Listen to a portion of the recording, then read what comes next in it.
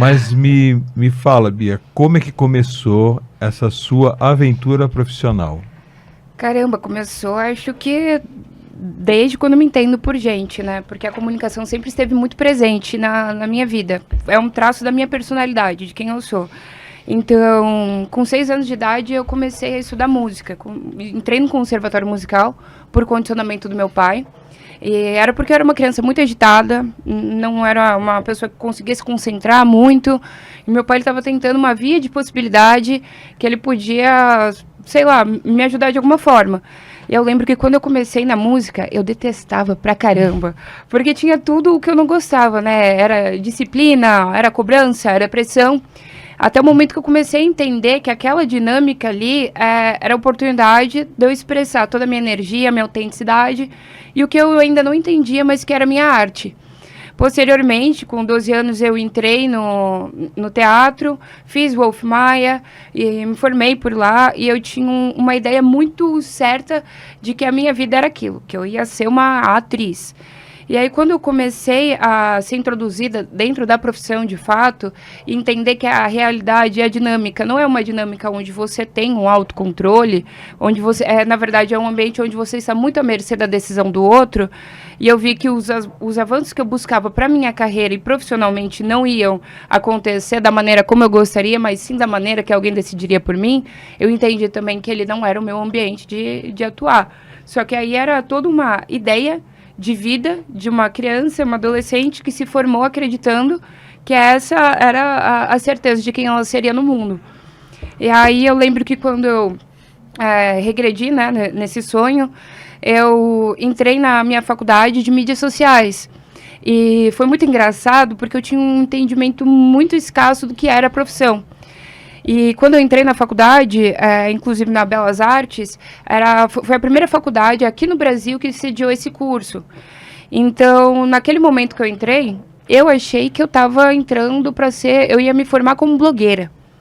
E aí eu pensei, nossa, eu vou ser uma blogueira formada, eu vou ser a primeira blogueira com faculdade e tal, porque a minha cabeça ela estava se tendenciando muito mais nessa questão do artístico. E quando entrei na faculdade e fui exposta a todo o cenário, toda a amplitude do que é o mercado digital e que ele ainda estava se configurando e a oportunidade de conseguir trabalhar com algo que era novo, mas que ia se tornar extremamente necessário e essencial na vida de todas as pessoas, eu tive a certeza de que aquele era um espaço para eu poder performar e aplicar o que eu já tinha enquanto artista, mas também desbravar questões e traços da minha personalidade, do meu eu profissional. E aí, quando eu comecei a entender mais do que era o business do negócio, eu falei, caramba, acho que eu sou boa nisso. Entender que eu poderia me comunicar, que eu poderia me expressar e que eu poderia fazer arte a partir desse movimento, né, desse meio. Aí, enfim, aí eu me dediquei completamente, me imergi nessa profissão e eu acho que é bem claro o quanto que eu gosto, né? E hoje eu me sinto, assim, muito realizada. Que ela gosta, né? Nossa, com uma paixão. Agora, tem uma coisa que você Até falou... eu quero fazer. Não, mas tem uma coisa que você falou que eu achei muito show. O teu pai. Ah, o meu pai, seu pai, cara. Ele te colocar... Né? Olha só... Talvez um outro pai tivesse levado você num psicólogo, num psiquiatra, para falar que você tinha TDAH, né? Cravar isso no peito e te dar remédio. E o remédio que teu pai te deu foi música. Que show. Foi. O meu pai, assim, ele sempre... Eu acho muito engraçado porque meu pai, ele tem 76 anos, né? Então, quando eu nasci, ele tinha 56 anos. E ele se separou da minha mãe quando eu tinha uns 6 anos. E nessa separação ele acabou ficando com a minha guarda, com a guarda da minha irmã. Então ele nos criou sozinho. Então já era um homem muito mais velho, de uma cultura comportamental completamente diferente, criando 2 meninas. Então ele foi descobrindo com a gente o que era esse processo da criação. Embora ele já tivesse tido outros filhos antes, ele nunca foi proposto a um desafio como esse. E é muito engraçado porque a minha irmã é uma pessoa completamente diferente de mim. Sorte dele, né? Ainda bem. Mas, assim, ela é uma pessoa mais disciplinada, mais sistemática e tal. E eu sempre tive esse eu muito criativo.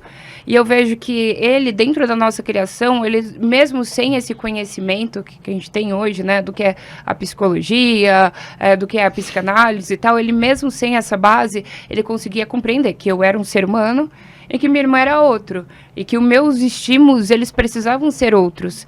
Então, me colocar numa posição de limitação e falar, essa pessoa tem problema? Não, ele falou, ok, eu não consigo entender ela desse jeito, então deixa eu ver como eu posso entendê-la. Nossa, show. E como a gente pode evoluir com seu isso. pai. Paizão. O cara manda bem. O cara manda muito bem, muito bem. Nossa, sou uma fã, é o número 1 dele. Agradeça sempre ele, entendeu? E como você falou, de como que a gente não tem noção, né? Você foi para a faculdade para uma intenção, né? Trilhou ali seu caminho na música que não gostou, depois o teatro, depois veio a faculdade com uma única intenção, depois lá dentro você descobriu um mundo completamente diferente, outras possibilidades. Porque eu acho que assim, a minha compreensão do que eu queria ser pro mundo é o que eu represento hoje, mas eu não tinha essa leitura antes. Então, o que eu queria? Eu queria falar e queria que as pessoas me escutassem. Mas eu queria falar coisas que fossem contundentes. Eu queria trazer informações que fossem modificar a vida das pessoas, que fossem promover uma transformação de alguma forma. E aí, quando eu me vi inserida dentro da minha profissão e eu vi que eu podia exercer várias articulações de quem eu sou e me sentir realizada com isso, eu entendi que esse era o lugar que eu sempre deveria estar. E, assim, tenho muita satisfação em compartilhar isso. Então, aí agora fala um pouquinho de como que é esse trabalho no mundo digital. Tá. Tem um monte de gente aí, tem um monte de gente aí. Eu estou numa empolgação aqui. Bom, isso é ótimo. Quando eu comecei a trabalhar, antes eu não tinha empresa, eu nunca atuei como empresa. Então, eu atendia, fazia projetos, porque eu gostei sempre dessa liberdade profissional que o marketing digital me proporcionou. Só que eu entendi dentro da faculdade que com esse boom, com esse crescimento, existem estruturas que iam ter uma dificuldade em se adaptar a esse movimento, que são as grandes empresas. Então, você vem de um marketing corporativo, de uma estrutura corporativa, e daí você entende que as pessoas, elas têm uma nova maneira de se comunicar. E essa nova maneira de se comunicar não é aquela do ditado da faculdade, ou aquela base muito teórica. É aquela que é voltada para o ser humano, para o comportamento de consumo, para os desejos mais intrínsecos da pessoa, do seu consumidor, do seu público-alvo. E aí eu comecei a vender projetos para as empresas. E era muito interessante porque eu era muito nova. Então, toda vez que eu apresentava alguma proposta, algum projeto, eu tinha que lidar com a negativa inicial de que essa menina está falando? E daí vinha com comprovação de que aquele projeto, aquela proposta fazia sentido. E eu acho que a aprovação, de fato, sempre aconteceu no momento que eu entregava o resultado. Aí o pessoal falava, essa menina aí manda bem. Agora entendi. Agora entendi. Mas eu lembro que, assim, muito no começo da carreira eu tinha que lidar com a questão das pessoas acharem que eu estava tendo devaneios. Então, você chega com uma proposta muito criativa, ela é criativa, mas ela tem uma base de dados, ela tem uma base analítica. Mas para a pessoa que ela entende isso ao raso, às vezes ela não vai interpretar positivamente. E eu entendo também que eu, naquele começo da carreira, eu era uma outra pessoa e uma outra profissional. Então, talvez eu não soubesse introduzir essas boas ideias. E aí, durante esse período, sempre fiz essas colaborações, atendi empresas, indústrias grandes, trabalhei em alguns projetos de agências específicas, só que eu senti uma necessidade muito grande de estar no controle da situação. Eu acho que isso foi o que me condicionou para sair desse ambiente onde eu vendo as minhas ideias para outras pessoas aplicarem, para eu desenvolver essas ideias, performá-las e vê-las acontecendo. E aí eu precisava ter mais protagonismo dentro dessa minha profissão, mas entendendo que eu também precisava evoluir como profissional. E aí foi quando eu decidi abrir a agência. Então aí foi um processo de 4 anos até eu conseguir estabilizar. E também muitas questões, porque você quer abrir um negócio sem saber exatamente como abre. A gente não tem muita educação financeira, a gente não tem educação administrativa, só tem empreendedorismo. Só tem um sonho, só tem uma vocação e um sonho.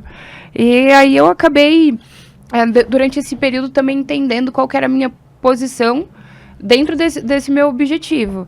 Então, eu comecei a estudar mais sobre estratégia, a entender mais sobre gestão, entender mais sobre administrativo, porque isso também ia moldar a maneira como a minha empresa ia se projetar no mercado e as oportunidades que eu teria.